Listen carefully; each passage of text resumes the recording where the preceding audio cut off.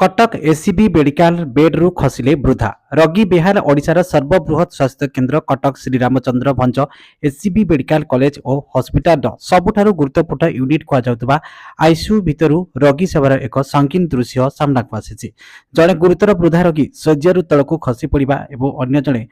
वृद्धा रगी असहाय अवस्था भिडियो सोशल मीडिया रे भाइराल होगा पर सारा राज्य में तीव्र प्रतिक्रिया प्रकाश पाई।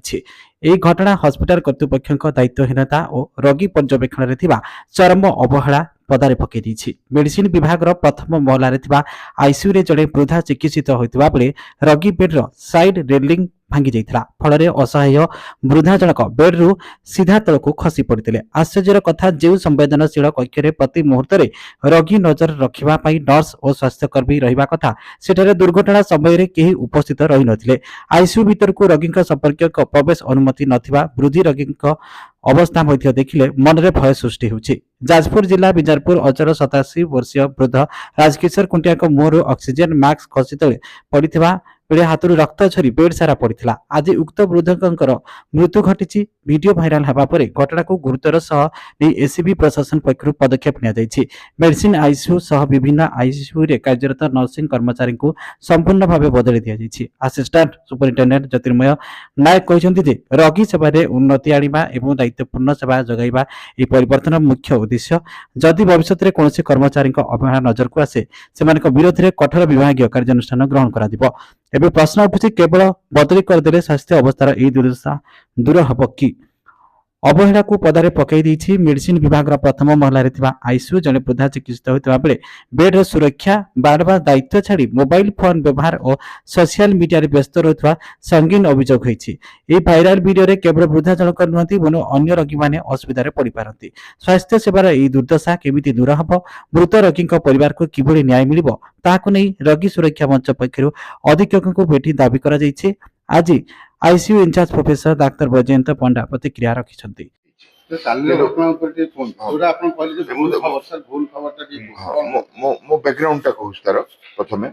प्रथम जिनस केवल सरकारी हॉस्पिटल नुहे आपण जानछन्ती राज्य सारार सरकारी हॉस्पिटल तांकर गुरुतर रोगी को एससीबी पठांती। द्वितीय रे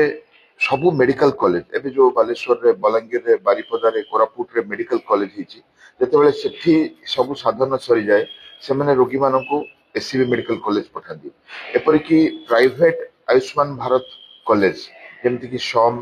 किम्स, हाईटेक, कलिंग से माने सेमानकर साधन सरी गला परे रोगीटी को एससीबी पठांती। एपरि कि एम्स रु प्रत्येक दिन 100 रु ऊर्ध्व रोगी एससीबी आसुथुवा आमे देखुछु। कहीं सेमानकर जो जेति क्षमता तांग 35 बेड अछि आईसीयू रे तापरे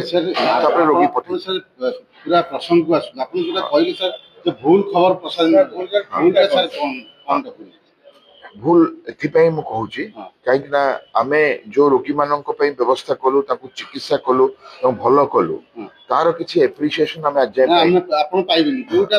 जो घटना घटला एटा भूल कोन एई जो वीडियोटी भूल नहीं एई जो घटना आसीछि एटा गोटे एमिति घटना जहा कि केबे के चाहेनी आमे डॉक्टर माने चाहुना कि आपण माने भी चाहेनी कि रोगी भी चाहे पूरा पर्टिकुलर कोंतु जो भूल खबरटी कोन ये वीडियोटी भूल ना ये जगह नो आइसला अलगा जगह ना से लोकटी पडिनी एई खबर को सोशल मीडिया रे दबा भूल